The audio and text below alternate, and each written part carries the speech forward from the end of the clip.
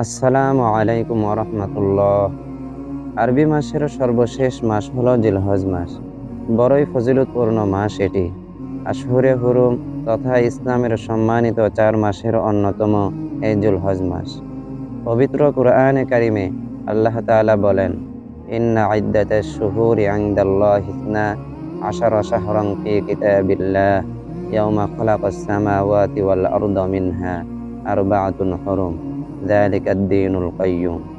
অর্থ, আল্লাহ যেদিন আসমান জমিন সৃষ্টি করেছেন সেদিন থেকেই মাসসমূহের গণনা। আল্লাহ তাআলার নিকট তার বিধান মতে 12টি, তার মধ্যে 4টি মাস সম্মানিত। সূরা তাওবা আয়াত নাম্বার 36। আর এই 4 মাসের মধ্যে সর্বশ্রেষ্ঠ হলো জিলহজ মাস। নবীজি সাল্লাল্লাহু আলাইহি ওয়াসাল্লাম বলেন, আলা ওয়া ইন্না ইহরামাশ শাহুরি শাহরুকুম হাদা। জেনে রেখো, সবচেয়ে সম্মানিত মাস হলো তোমাদের এই জিলহজ মাস। তাই ইসলামের দৃষ্টিতে এ মাস খুবই মহিমান্বিত ও তাৎপর্যমণ্ডিত। এ মাসে পালিত হয় ইসলামের মহান দুটি নিদর্শন, হজ ও কুরবানি। এ মাস হজ্জের মাস, কুরবানির মাস। আল্লাহ রাব্বুল আলামিন এ মাসে এক গুরুত্বপূর্ণ ইবাদত হজ্জের বিধান রেখেছেন, যা ইসলামের পঞ্চম রুকন। এ মাসের দ্বিতীয় শ্রেষ্ঠ ইবাদত কুরবানি, যা ইসলামের নিদর্শন সমূহের অন্যতম। 8ই জুলহজ থেকে 12ই জুলহজ পর্যন্ত হজ্জের যাবতীয় বিধিবিধান আদায় করে থাকেন হাজী সাহেবগণ এবং 10ই জুলহজ উদযাপিত হয় বার্ষিক দুটি ঈদের দ্বিতীয়টি তথা ঈদুল আজহা। এদিন সারা বিশ্বের ধর্মপ্রাণ মুসলিমরা একমাত্র আল্লাহর সন্তুষ্টির জন্যই কুরবানি করে থাকেন। এ মাসে আরও রয়েছে ইয়াউম আরাফা, আয়ামে তশরিক এবং জিলহজ্জের ফজিলতপূর্ণ প্রথম দশক। কুরআন ও হাদিসে এ মাসের ফজিলতপূর্ণ কিছু দিবস ও আমলের কথা বর্ণিত হয়েছে, তা আপনাদের সামনে সংক্ষেপে তুলে ধরছি। মাসের প্রথম দশক অত্যন্ত ফজিলতপূর্ণ। স্বয়ং আল্লাহ তাআলা কুরআনে কারিমে প্রথম দশকের কসম খেয়ে বলেন, ওয়াল ফাজর ওয়া লায়ালিন আশর। শপথ ফজরের, শপথ 10 রাত্রির। সূরা ফাজর আয়াত নাম্বার 1 থেকে 2।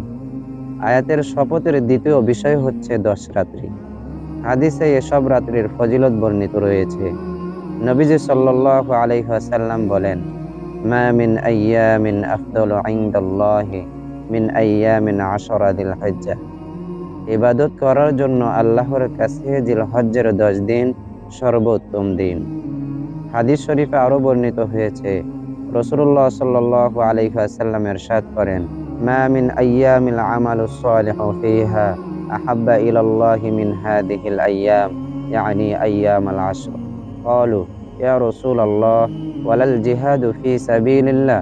ক্বালা ওয়ালাল জিহাদু ফি সাবিলিল্লাহ ইল্লা রাজুলুন খারাজা বিনাফসিহি ওয়া মালিহি ফালাম ইয়ারজি' মিন যালিকা বিশাই।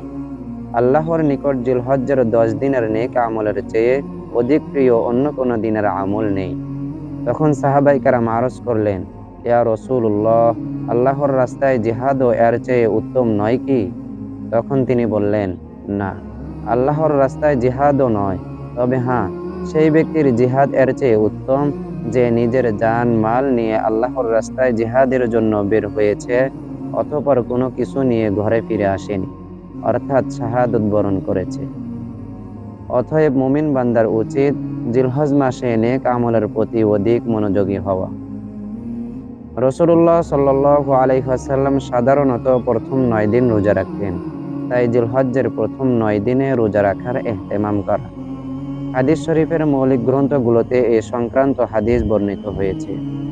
কানা রাসূলুল্লাহ সাল্লাল্লাহু আলাইহি ওয়াসাল্লাম ইয়াসুমু তিসআ যিল হিজ্জাহ। রাসূলুল্লাহ সাল্লাল্লাহু আলাইহি ওয়াসাল্লাম জিলহজ্জের 9টি দিবসে সাধারণত রোজা রাখতেন।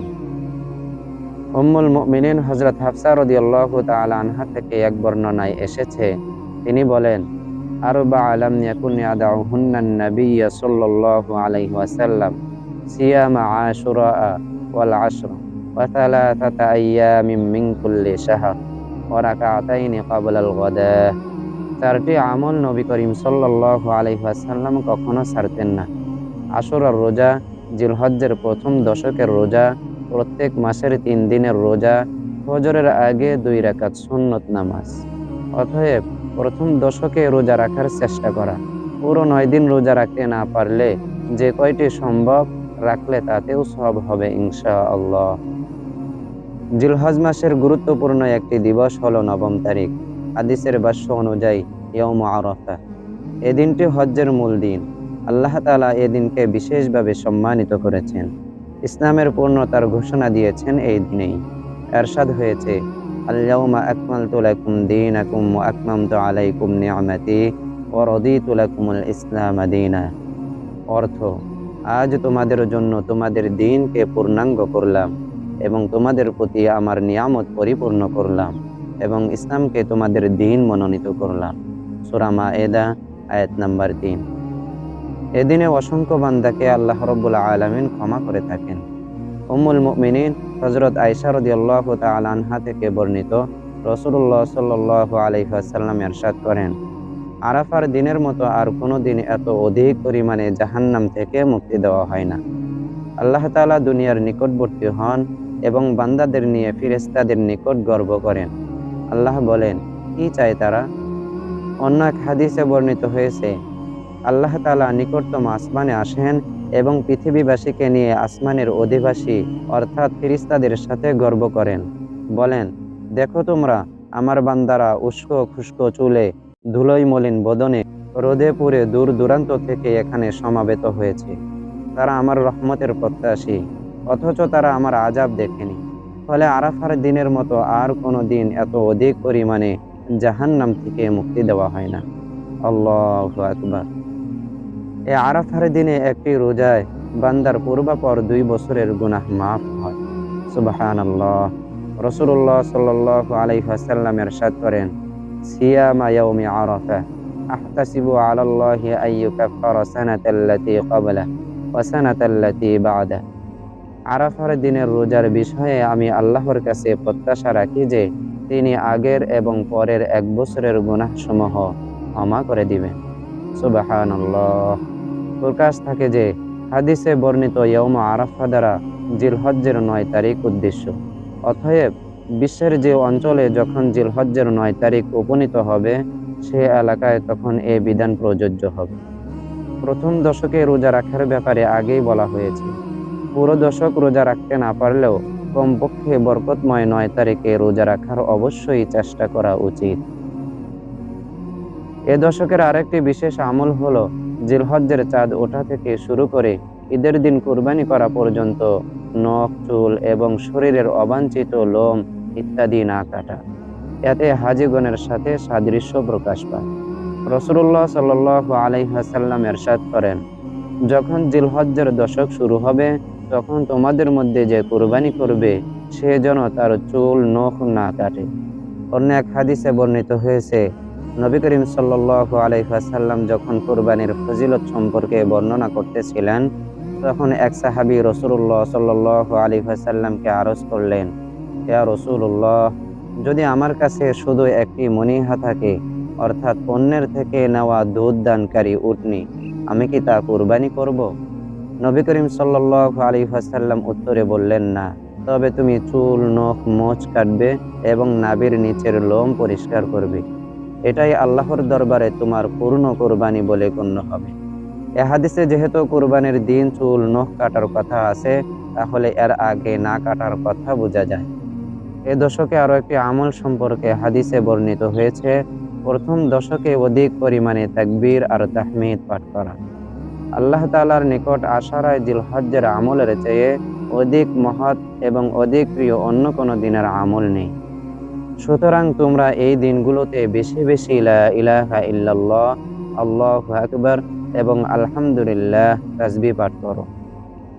এই দশকের নেক আমল বিশেষত আল্লাহর জিকির সম্পর্কে পবিত্র কুরআনে আল্লাহ তাআলা ইরশাদ করেন, ওয়াযকুরু ইসমাল্লাহি ফি আইয়ামিন মা'লুমাত আলা মা রাযাকাহুম মিন বাহিমাতিল আনআম।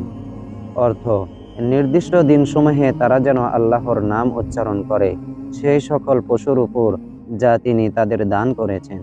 সূরা হজ আয়াত নাম্বার 28। ইমাম বুখারী রাহমাতুল্লাহি আলাইহি বলেন, হযরত ইবনে আব্বাস রাদিয়াল্লাহু তাআলা আনহু বলেছেন, সুনির্দিষ্ট দিনসমূহ দ্বারা জিলহজ্জের 10 দিনই উদ্দেশ্য। এবং অধিকাংশ উলামায়ে কেরামদের অভিমত, সুনির্দিষ্ট দিনসমূহ দ্বারা এখানে জিলহজ্জের প্রথম দশকই বোঝানো হয়েছে। আল্লাহ রাব্বুল আলামিন আমাদের সকলকে আমল করার তৌফিক দান করুন।